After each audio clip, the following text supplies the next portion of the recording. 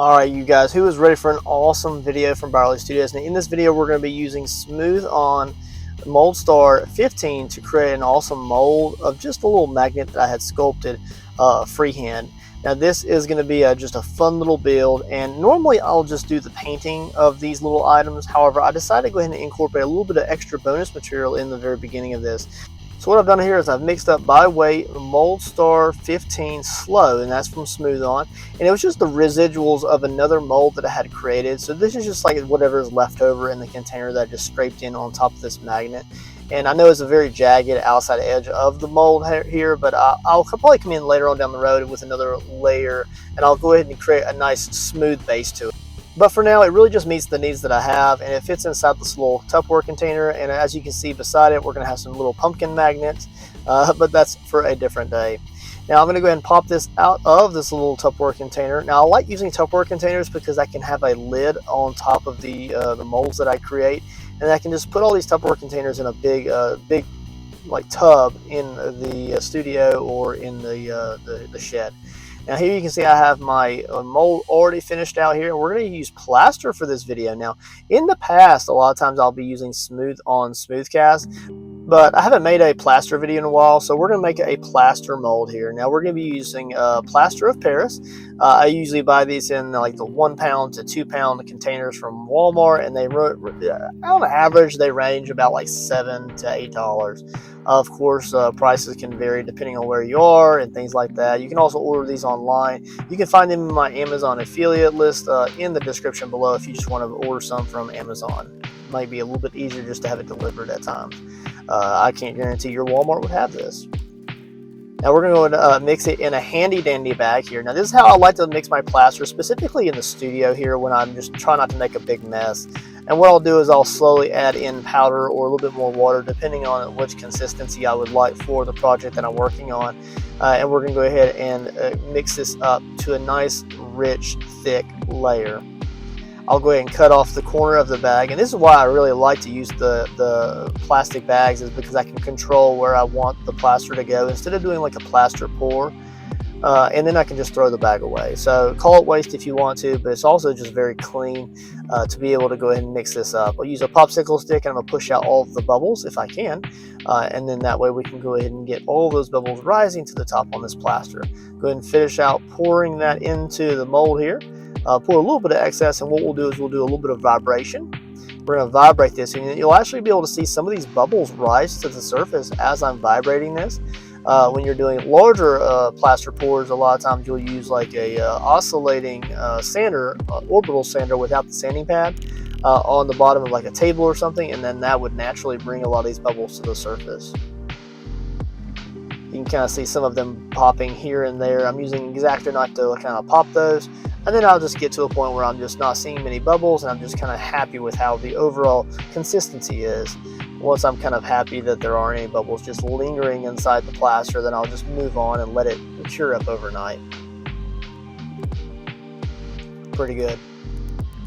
As you can see here, we're getting a nice solid clicking away with that popsicle stick there, popping out the edges of it. And then here we are revealing this plaster pour.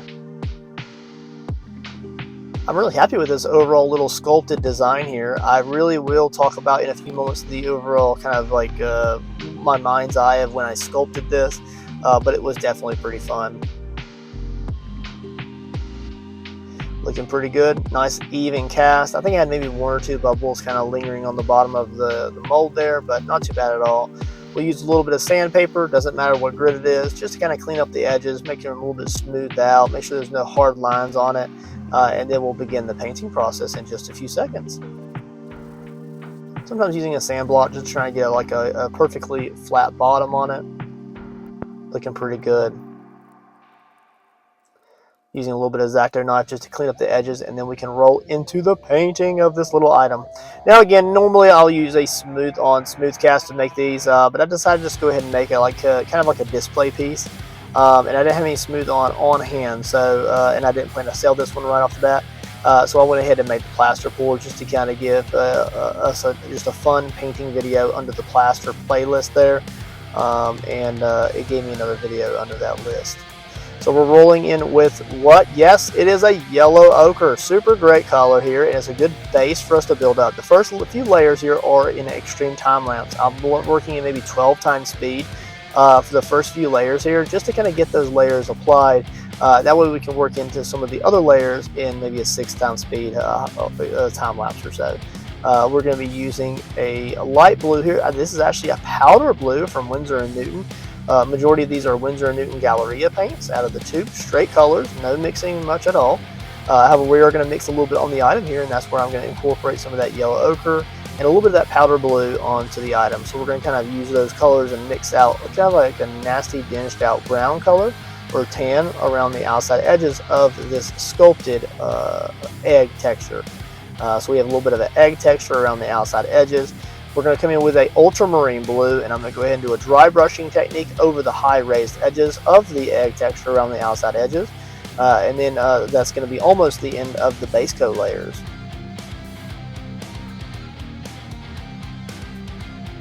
Of course, it is brightening up the outside edges of the egg quite a bit there, making sure to take some of that color and kind of wrap it around the outside, or the inside better yet, of the eggshell. Giving the eye a little bit of powder blue since we already have it out. It won't last, it'll kind of get dinged out over time. A little bit of blue inside the eye slit. Don't really worry about that, it won't survive either. And I'm going to go ahead and make sure tidy up the edges of that interior cracking egg. So that could be like a secondary egg layer there. And then the dinosaur that we have sculpted here would be kind of popping out of that egg. Painting the back side of it yellow ochre. The back of the item really doesn't matter a whole lot, so I'm not really focused on it, but I did go ahead and give it a little layer of yellow ochre there. I'm going to go in with a little bit of pale olive paint. This is pale olive. It's very light green. We're going to come in with some sap green later on in the processes, but this is just still building up some of those base layers. It really is starting to turn the dinosaur into a more of a green color.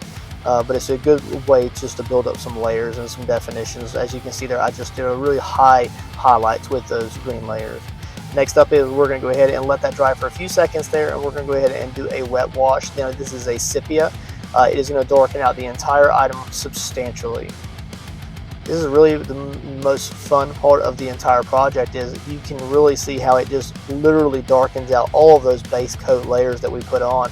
Can you see the olive green? Can you see the yellow ochre? Can you see the light blue, the powder blue? No, not really.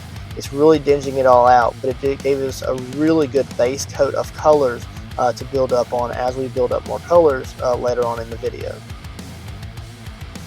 Now you can still see some of those colors if you really go around looking for them, but for the most part it just created a really nice definition in color. Now with this completely dry here, you can see the outside edges of the cracked egg effect, the secondary egg. It really does look and gives it a really nice stone look, and I really like that. We're going to come in with a little bit of hooker green here. Now this hooker green is a lot darker, but it won't survive everything because we'll come in with some higher highlights over the skin of the dinosaur as I build up the layers.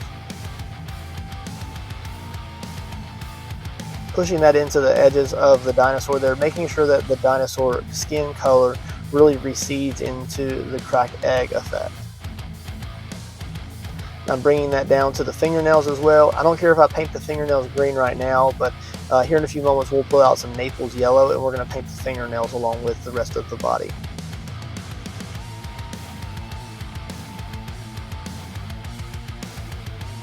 Looking good so far.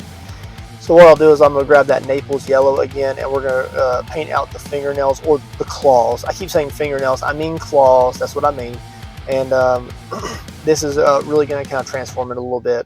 It just brings a little bit of brighter color towards the bottom of the fingers there, and it's going to look really good when it's all said and done. I went down to a micro brush because I want to get a little bit more paint layered in there without having to just be very detailed in my brush stroke work there. And I did get a little bit of overpainting there. I will kind of have to come back and kind of clean that up a little bit. And I will also come in with some titanium white and give those claws a little bit of a highlight later on in the process. We're going to go over the eyeball of the dinosaur with the same maple yellow. It's a little bit of a yellow color. I told you that the original eye color would not survive, and here it is. It's getting covered up. painting that in there, just making sure that paint's very thick but not too many brush strokes. Here's that titanium white highlight there on each individual claw, looking pretty good. Then we're also going to go over the top edges of the eyeball with the titanium white also, so it just gives us a light color glare on top of the eye. So we're going to come in with a little bit of wash here, and we're going to kind of go ahead and start blending out some of the eye socket there. That's the slit of the eye, getting that colored in there. Now we're going to come in with a little bit of titanium white and sap green, and we're just going to go ahead and use varying colors of this just to build up some of those higher highlights on the actual dinosaur. It's bringing it forward quite a bit. Now you can see that the rest of the dinosaur is still kind of dinged out around the outside edges where it goes in or underneath the egg texture. And that's the way it's supposed to be. It's supposed to create a lot of depth as you add more highlight to those raised edges. It pushes everything else back in the egg quite a bit.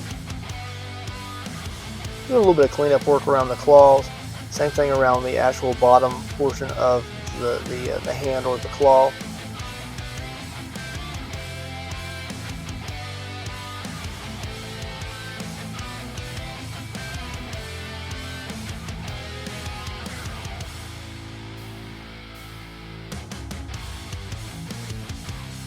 And then we're going to go ahead and add another layer of powder blue to this. This is going to be another layer on the outside edges of the egg. I just felt like it needed a little bit more brightness to the overall dinged effect that I had originally with the first sepia wash. So we are going to dinge this out quite a bit, maybe a little bit more after this, but I just wanted it to be a nice vibrant light color on the outside edges of the egg, just to maybe create just a lot of different textures in the actual item itself. And it kind of draws attention to the fact that the outside edge of the egg is a different texture than the interior cracking of the egg. So it's just kind of cool and kind of fun. I went along the edges with a little bit of titanium white, just a stippling effect, kind of creating a little bit of a polka dot or like very high highlights around the outside edges.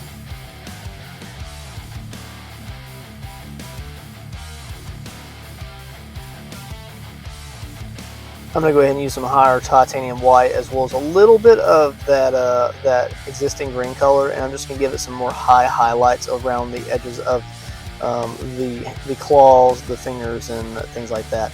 I'm going to go ahead and use a little bit more of that sepia wash there. This is just some fresh sepia wash, and I'm going to go ahead and go around the edges of the dinosaur, kind of recessing those edges back into the egg a little bit more because I'm darkening those out again. Going over the existing exterior of this. If I remember correctly, it looks like it's a sepia in the video, but it's actually a burnt umber. And it's actually just really dark color, like dinged out. It's been very old and decayed. It's not clean wash. I've used it for a lot of different things, and a lot of times I'll make my own washes throughout processes, and it's just what I have in that jar at the time. So it could be a mix between sepia or burnt umber, I don't know. We're going to use a little bit of pink rose here, and that is a Winsor Newton pink rose, and we're going to go around the outside edges of the eye socket there. And we're going to go ahead and give it a little bit of splash of vibrant color, that being the pink red. So I'm going to use a little bit of water there. I'm going to blend out the edges there. And then as you can see, it jumps right there in the video quality, and I'm blending out a lot more red there. Makes a lot more bloodshot, and we're going to apply a little bit of titanium highlights to the very top of the eye lens there. A little bit of yellow ochre there in the corners of the eye socket, make them a little bit decayed. Maybe there's a little bit of sleep or some existing mucus there.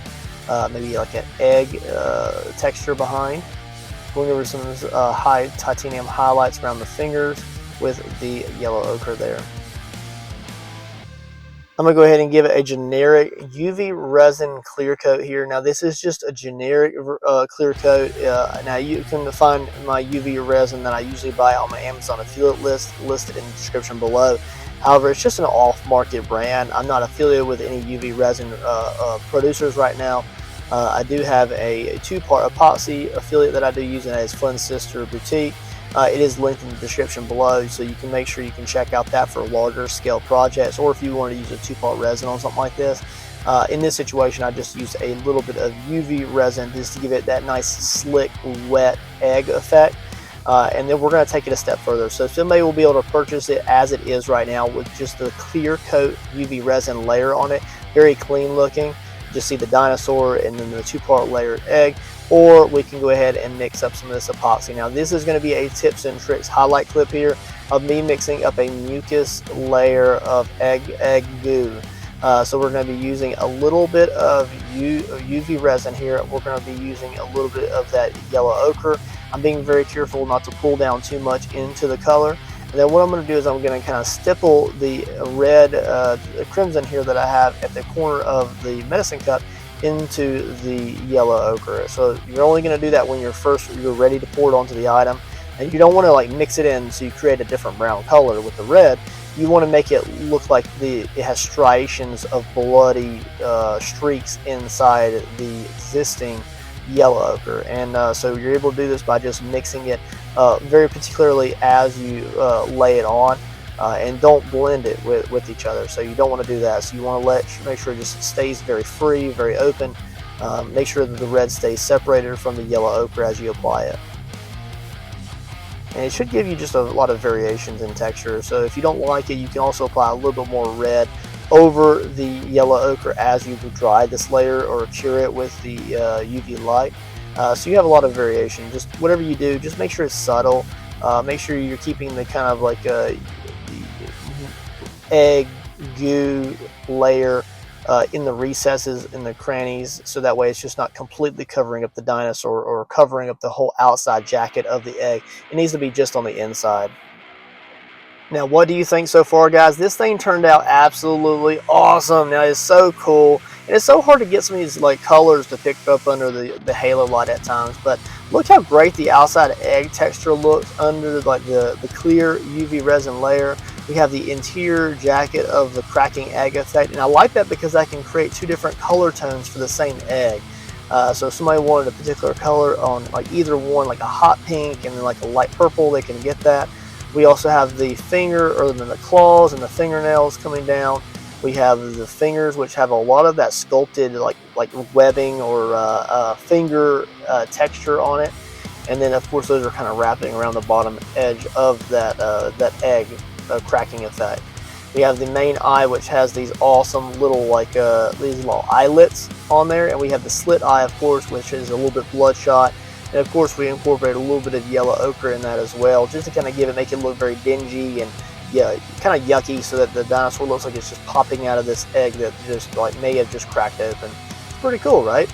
Of course we did give it this UV egg goo layer out of the yellow ochre and the crimson. But of course, you don't have to do that on your version. Or if you would like to purchase one of these, make sure you hit me up on Etsy. The description below has my link in it, and you can either buy one with just clear coat, or you can buy one with the goo egg. And of course, you get to pick the color of your dinosaur and overall egg combination. So just let me know which color combination you would like. And of course, these are all in my magnet collection.